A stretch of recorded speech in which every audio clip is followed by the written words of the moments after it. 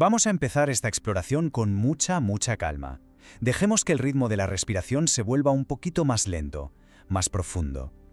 Hoy, las pantallas, el ruido y todas esas prisas del mundo moderno van a ir desvaneciéndose lentamente, dando paso a un espacio de quietud absoluta.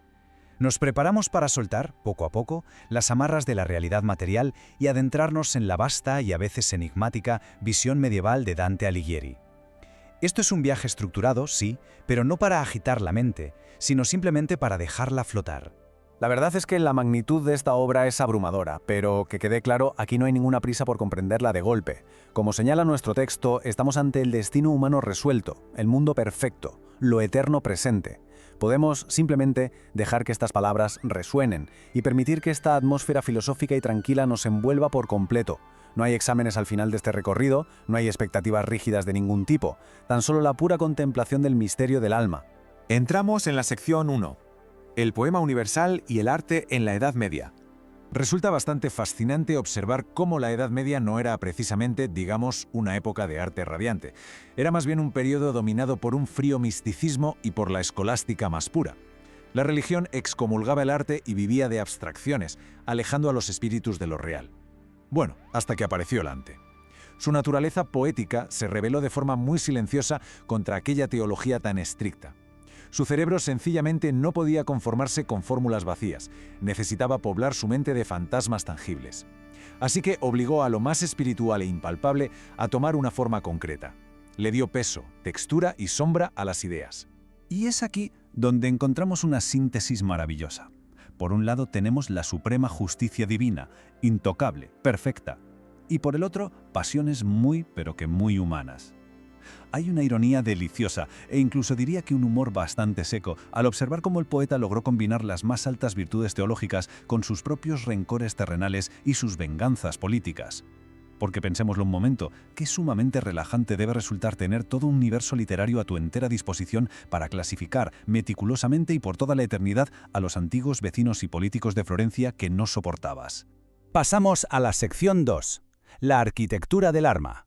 Un camino del que no se puede escapar. Nos adentramos ahora en un proceso que avanza desde el peso abrumador de la carne hasta la ingravidez más absoluta del espíritu puro. La vida se concibe aquí como un antagonismo totalmente silencioso, una batalla eterna entre el espíritu y la materia. Pero, ojo, no es una batalla ruidosa de espadas y gritos, es la victoria silenciosa y predeterminada del alma que paso a paso se va sutilizando.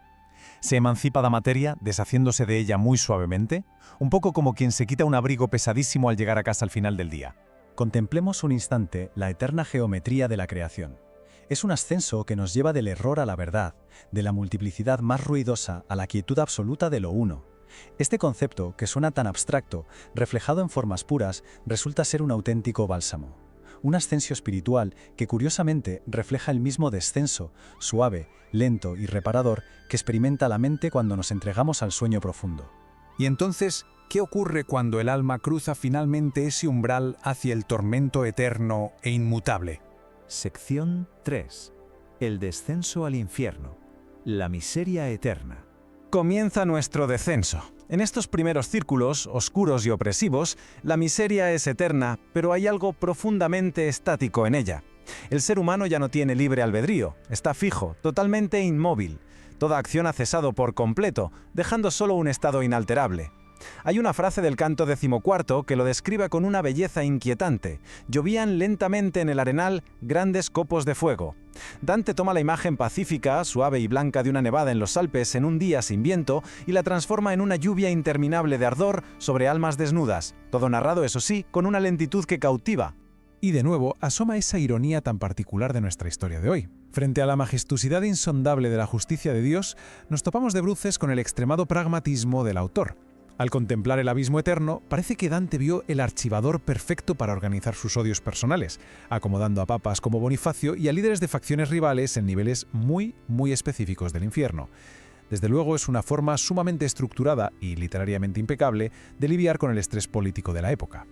En este rincón del pozo sombrío habitan los demonios. Vemos a un diablo feroz, de alas abiertas y pies ligeros, que avanza por un puente llevando a cuestas a un pecador agarrado por los tobillos.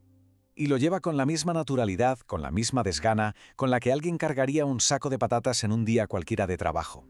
Una rutina completamente mundana y burocrática, repetida una y otra vez en el inmenso silencio del más allá. Seguimos bajando, y la temperatura desciende con nosotros. En el fondo más remoto del abismo ya no hay fuego. No hay gritos, no hay movimiento de ningún tipo. Solo existe la quietud más absoluta, oscura y congelada. Es el mismísimo centro de gravedad del universo, donde yace el mal primordial, atrapado en hielo grueso e inmóvil. Un frío que adormece, que paraliza, y que hace que incluso el latido de nuestro propio corazón se vuelva pausado, muy distante. Ante este abismo helado, ¿puede un espíritu emerger verdaderamente de una gravedad tan absoluta y aplastante? Entramos en la sección 4, el ascenso purificador hacia el purgatorio.